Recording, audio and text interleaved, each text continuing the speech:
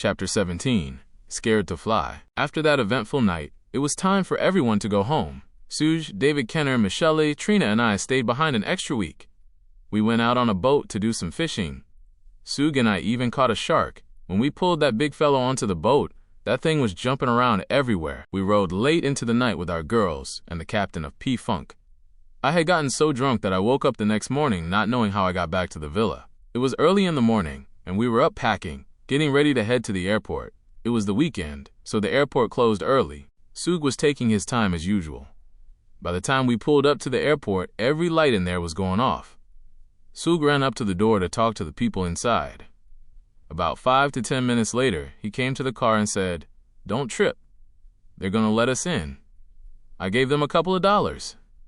Classic Suge. The man could make things happen. After we boarded the plane, we sat on the runway for about 20 minutes before we took off. I was sitting in the back with Trina and Michelle. Suge and David Kenner were sitting together. The blues were playing loudly, and they were smoking cigars. I was passing my blunt back and forth to David Kenner. We were singing, joking, and having a good time like we always did. Just as the captain announced that we were free to move around, we hit an air pocket that jerked the plane a little. We were accustomed to turbulence, but this was a little rougher than usual. As the plane began to drop, it got harder to hear what people were saying.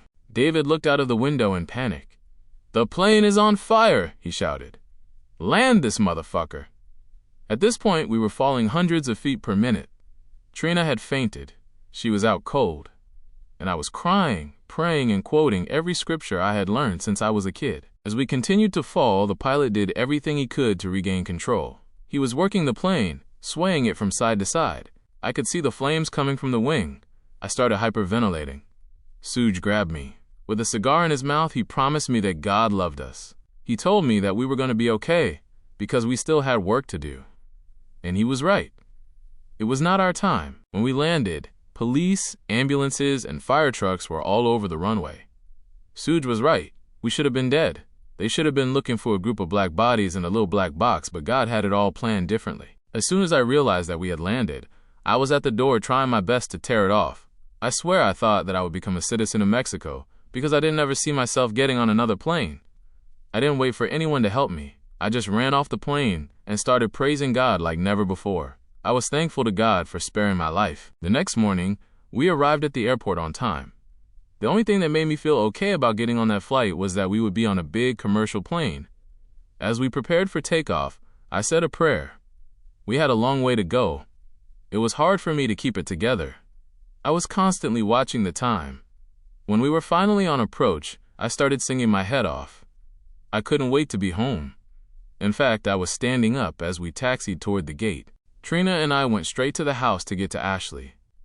We had been so close to never seeing her again. When we arrived home, we ran upstairs to see her. This was one of the few times in a long time that Trina and I got along. From that day on, we kept Ashley really close to us. Once we settled down, I slept for a few hours. Then it was time to get back to the studio. I stayed until 5 in the morning. On my route home, I had to drive over a mountain. All I remember is getting to the bottom and then nothing. When I woke up, I was under a semi-truck. Blood was coming from my head, and I could hear D'Angelo's Brown Sugar bumping in the background. I jumped out of the car and called up to the office to tell them what had happened. They immediately got Suge on the phone to talk to me. I was scared as hell, because the car was still new. It only had about 1,400 miles on it. Suge asked me if I was okay. He told me to go to the hospital, and to stop by the studio when I was done. I was in and out in about 3 hours. When I was done, I went straight to the studio, neck brace and all. When I got there, Snoop and everybody were making fun of me. I waited around all night for Suge to arrive. When he got there, he just laughed and told me that he was glad I was okay. "Don't trip about the car," he said. I went home and stayed there for 4 days. The pain was bad. After being down for so many days, I went back to the lab in a rental car the studio had leased for me. It was a green Ford Taurus, a sad substitute for my red drop top. It wasn't the flash that I'd become accustomed to, but I had just shot a $1 million video. I was on one of the most anticipated albums of the year, and Suge had assured me that my project was next. There was nothing to complain about. Chapter 18. Toss It Up. As Deathrow was on the rise, a group of industry veterans began to speak out against what they called gangsta rap. Dionne Warwick, Diana Ross, and C. Dolores Tucker were very vocal about what they felt were the negative impacts of this type of music. In essence, they were messing with Suge's money, and that wasn't a good thing. Their campaign had begun to cause problems with distribution. Suge surely didn't want anything to affect Pac's album, so he decided to meet with Dionne at her Hollywood home. He wanted to see if they could find some middle ground, but Dolores wanted money, and that's where things stalled. The conversation had started out calm, but things soon escalated, and Suge ended up cussing Dionne out. It was around this time that I met Michael Jackson for the first time. I was excited, to say the least. It wasn't unusual for Suge to take me along for meetings. This was Suge's training ground. He would put us in front of the giants and demand that we stay composed. There were no photos or shaking hands unless it was initiated by the other person. So when Michael extended his hand, I was more than happy to oblige. Suge wanted him to do a Christmas record with me. He had heard I Ain't Mad at Cha, and he liked it. "That's some dope shit," he said. It was crazy. Michael Jackson was saying that our music was dope. At that point, it didn't matter what anyone else said. MJ had heard my vocals, and he was impressed. With Pac's album done, Deathrow and Interscope were deep into promotion. They had the world waiting on his album to drop. While I was excited for the world to hear me on Pac's album, I was anxious for my own record to be released. One thing was certain, it was going to be an interesting journey. There were many interviews and appearances, but the kicker was the spread we did for Vibe magazine. When that issue came out, I got calls from my family and friends all across the world. I really felt like a star. Over the years, I had become a fixture in the music community. Being Suge Knight's son didn't hurt either, and while I had formed many friendships, a small group of my LA homies and I had committed to having each other's backs. I decided that we would call ourselves the Committee. It was a brotherhood similar to that of a fraternity. The members included Ray J, Young Buck, Short Mac, Sean Young, Siggy Jackson, Chris Buck, and me. The older members would guide the younger ones, and we would make sure that none of us was left without support. That was the promise we made to one another. We spent a lot of time at Ray J's house. I never told him, but I had the biggest crush on Brandy, but Ray J was sure to keep her at a distance. We would be in one room, and she would be in another. None of the homies had a chance with her. She was cool, though. She used to always ask to drive my car. I'd tell her, "You can't drive my car. Ask Wanya if you can drive his Benz." She was dating him at the time, but the truth is, she could have had her way with me. I loved her. My life in LA was vastly different from my childhood in Chi. There were new challenges each day, but there were also many surprises. A couple of weeks after the Vibe shoot, some of the members of the committee and I were rolling down Sunset Boulevard, high as hell, when we looked up and saw the Vibe photo on a billboard. We rode down Sunset Boulevard at least once a week to see it and show it to the other homies. During this time, I was still working on my project with the best producers and writers, Devontae Swing, Portrait, the late Roger Troutman, the Underdogs, and so many other great producers that later became very successful. After one of these productive sessions, I left the studio to see 3 brand new Bentleys on 3 different flatbed trucks. I was charged up because I just knew that one of them was for me. There was a burgundy one that I knew was Suge's. The white one I thought was mine, and I was kind of confused because I didn't think he would get Pac a blue one. It was always Suge, Pac, and me. I just assumed that they were for us. But I was in for a surprise. In no time, Snoop pulled up and jumped in the blue one. When Suge and Pac arrived, Pac got in one and Suge got in the other. Neither one was for me. I was probably still too young for a Bentley, but I was jealous. But I got over it and went back into the studio to work on some more music. We were in rehearsal for the 2nd annual Mother's Day event, and I was still mourning my mother. It was my 2nd Mother's Day without her. This was the first year that Pac was going to be a part of the show. Everyone was excited about that. My cousin Prez flew out to be with me during this time.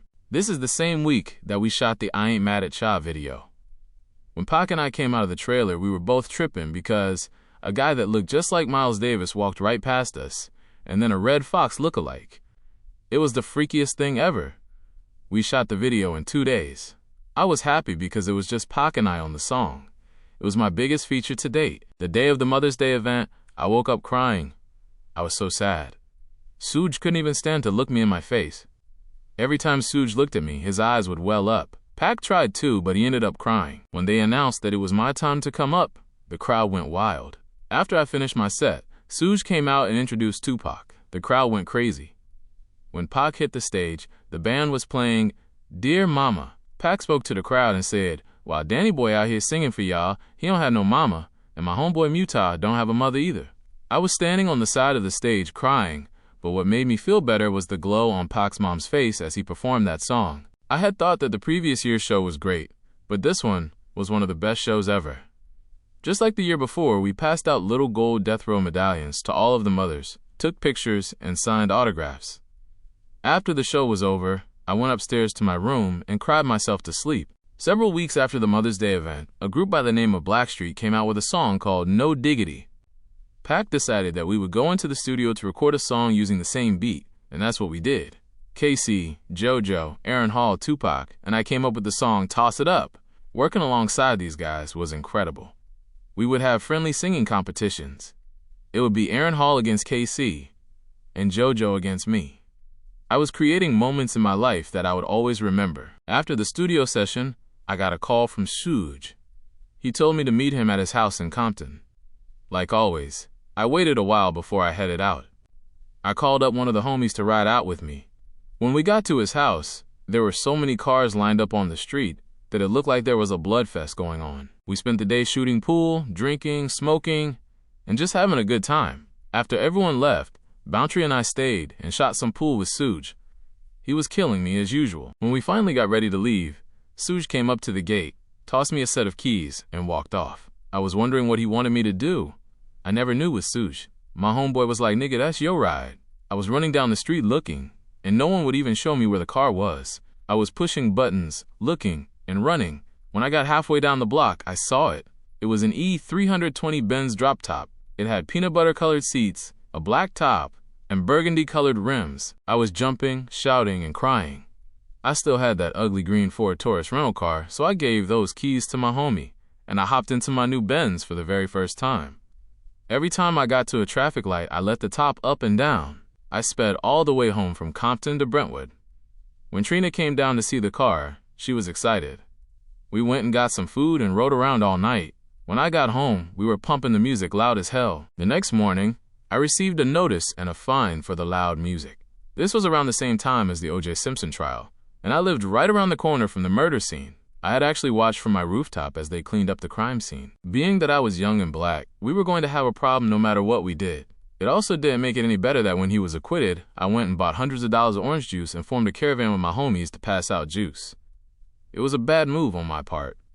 Not long after, we were evicted. When it was time to shoot the video for Toss It Up, the team presented the idea of a party on the beach. We were supposed to find out about the party while we were on the plane. We would be ejected from the plane and land at the party. When we got to the set, we were all dressed in suits, but we were drunk as hell. Tupac and Suge were joking about Dre being gay, and about Bobby Brown getting his ass beat by JoJo. I was already mad about something else. When Pac saw my face, he said, "Danny boy, what you looking so sad for? You gonna make Michael Jordan not want to play for the Bulls no more?" Pac was a jokester. He was good at making me laugh. No one could be mad for long when they were in his presence. When the video was completed, no one was really feeling it. We decided to shoot another video with a totally different concept. When we saw the new storyboards, we were excited. Within weeks, we were back in downtown Los Angeles getting ready to film the new video for Toss It Up with fine-ass Lisa Ray. Pac had been promoting All Eyes on Me while working on the Don Columinati, the 7 Day Theory album. He was MIA, and no one could find him. He finally showed up, just as they were about to cancel the whole shoot. He was more than 5 hours late when he arrived, walking in like George Jefferson. I was mad as hell because I thought he was getting beside himself. When I saw Pac, I was cursing him out. "Shut up, nigga," he said, laughing. "This my video. Now let's get to work." Before the shoot, Aaron Hall had gotten locked up, so they pulled in an extra to play his role. The guy looked just like him, so nobody tripped. This version of the video was way better. The vibe was right. We filmed well into the early morning. After we wrapped, we all rode to Vegas to see the Mike Tyson vs. Bruce Seldon fight.